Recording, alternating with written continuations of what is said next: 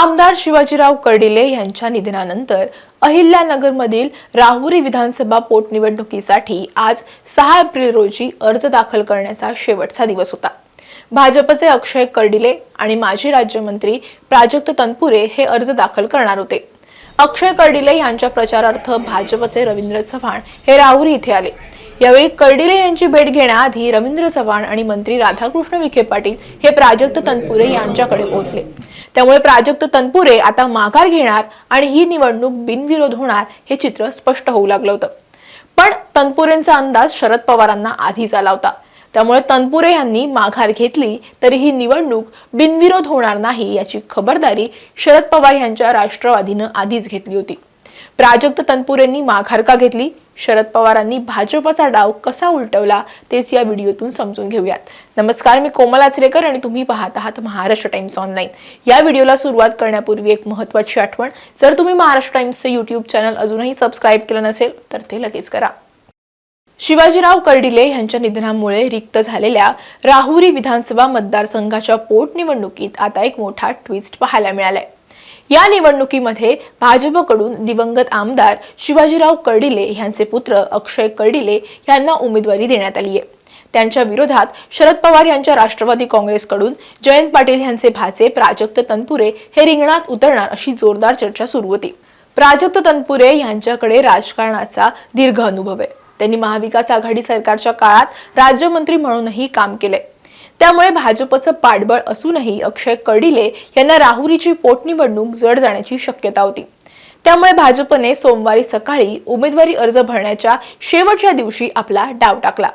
भाजपने ही निवडणूक बिनविरोध करण्यासाठी आपली पूर्ण ताकद पणाला लावल्याचं दिसलं।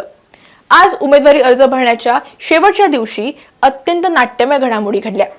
भाजपचे प्रदेशाध्यक्ष रवींद्र चव्हाण आणि अहिल्यानगरचे पालकमंत्री असलेले राधाकृष्ण विखे पाटील यांनी आज सकाळी थेट राहुरी गाठली आणि शरद पवारांचे उमेदवार असलेले प्राजक्त तनपुरे यांच्या निवासस्थानी त्यांची भेट घेतली। सुमारे तासभर बंद दाराआड चर्चा झाली। यामुळे राजकीय वर्तुळात सुद्धा खळबळ उडाली।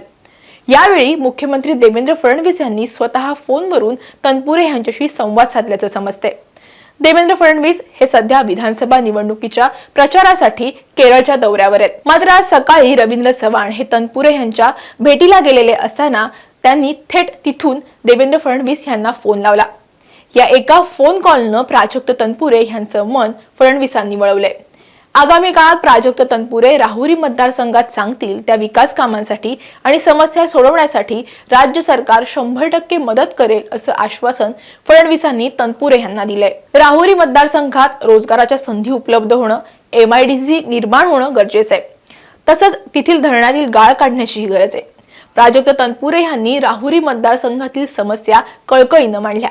आम्ही या संदर्भात मुख्यमंत्री देवेंद्र फडणवीस यांच्याशी त्यांचं फोनवरून बोलणं करून दिलं। आम्ही सर्वजण प्राजक्त तनपुरे यांच्या सोबत आहोत। ते जो म्हणतील त्या सगळ्या विकास कामांचा विचार केला जाईल। महायुती सरकार त्यांच्या मागण्याबाबत सकारात्मक राहील। प्राजक्त तनपुरे आणि त्यांच्या कुटुंबियांचा या भागातील वलयाची आम्हाला कल्पना आहे। आज उमेदवारी अर्ज भरण्याचा शेवटचा दिवस आहे। आम्ही उमेदवारी मागे घ्यायची की नाही हा निर्णय त्यांच्यावर सोडलाय असं रवींद्र चव्हाण यांनी तनपुरेंच्या भेटीनंतर सांगितलं। या भेटीनंतर माझा अर्ज तयार आहे, पण जर विकासाचे मुद्दे सुटत असतील तर कार्यकर्त्यांशी बोलून अंतिम निर्णय घेईल असं सूचक विधान प्राजक्त तनपुरे यांनी केलं होतं। आणि त्यानंतर फॉर्म भरायचा नाही असा निर्णय घेऊन त्यांनी निवडणुकीतून माघारही घेतली।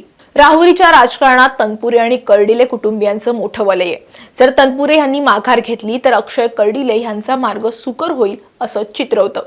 मात्र शरद पवार आणि त्यांच्या पक्षानं यावर वेगळी भूमिका घेतली आहे। तनपुरे यांची भाजपशी वाढणारी जवळीक पाहता ते ऐन निवडणुकीतून माघार घेतील याचा अंदाज पवारांना आधीच आला होता। प्राजक्त तनपुरे यांना महाविकास आघाडीत असताना शरद पवार यांनी थेट मंत्रिपदावर संधी दिली होती। विधानसभा निवडणुकीच्या पराभवानंतर आणि भाजपचे दिवंगत आमदार शिवाजीराव कर्डिले यांच्या निधनानंतर प्राजक्त तनपुरे यांनी मतदारसंघात हिंदुत्वाची भूमिका घेताना दिसलेत। तेव्हापासून प्राजक्त तनपुरे हे भाजपच्या वाटेवर आहेत अशा चर्चाही सुरू झाल्या होत्या। त्यामुळे शरद पवारांनी राहुरी पोटनिवडणुकीबाबतही सावध पवित्रा घेतल्याचं पाहायला मिळालं। शरद पवार यांच्या पक्षाला उमेदवार न मिळाल्यास काँग्रेसकडून उमेदवार देण्याचं महाविकास आघाडीनं जवळपास निश्चित केलं होतं। परंतु शिवसेना उद्धव बाळासाहेब ठाकरे सेनेतील गोविंद मोकाटे हे महाविकास आघाडीतील कोणत्याही पक्षाकडून निवडणूक लढण्यासाठी तयार होते। तशी महाविकास आघाडीकडून उमेदवारी मिळाली नसती तर गोविंद मोकाटे यांनी अपक्ष म्हणूनही निवडणुकीला सामोरे जाण्याची तयारी ठेवली होती आणि म्हणूनच राष्ट्रवादी काँग्रेस शरदचंद्र पवार पक्षाकडून राहुरी विधानसभा मतदारसंघातील निवडणुकीसाठी 2 एबी फॉर्म पाठवण्यात आले होते। त्यामध्ये प्राजक्त तनपुरे आणि गोविंद मोकाटे यांना एबी फॉर्म देण्यात आले। प्राजक्त तनपुरे यांनी उमेदवारी न घेतल्यानं पक्षाचा एबी फॉर्म गोविंद मोकाटे यांना देण्यात आला। त्यामुळे तनपुरे यांनी फॉर्म न भरता शरद पवारांच्या राष्ट्रवादीतून गोविंद मोकाटे हे उमेदवार असल्याचं प्रदेशाध्यक्ष शशिकांत शिंदे यांनी जाहीर केलं। त्यामुळे राहुरीची निवडणूक ही बिनविरोध होणार नाही हे निश्चित झालं। महाविकास आघाडीतील काँग्रेस किंवा शिवसेना ठाकरे पक्ष यांच्याकडे ही जागा देण्याऐवजी गोविंद मोकाटे यांना एबी फॉर्म देत शरद पवार यांनी या जागेवरचा आपला दावा कायम ठेवलाय। त्यामुळे शरद पवार यांच्या राजकीय निर्णयाची धमक पुन्हा एकदा दिसली आणि फडणवीसांचा निवडणूक बिनविरोध करण्याचा डाव ओळखून पवारांनी आधीच खेळी केल्याचं दिसलं। राहुरी पोटनिवडणुकीत कोण बाजी मारेल याविषयी तुम्हाला काय वाटतं ते कमेंटमध्ये नक्की सांगा। हा व्हिडिओ आवडला असेल तर लाईक आणि शेअर करायला विसरू नका। असेच व्हिडिओ पाहण्यासाठी महाराष्ट्र टाइम्सचं YouTube चॅनल सबस्क्राइब करा। आम्हाला इन्स्टा, फेसबुकवरही फॉलो करा आणि हा व्हिडिओ तुम्ही शेवटपर्यंत पाहिलात त्यासाठी धन्यवाद।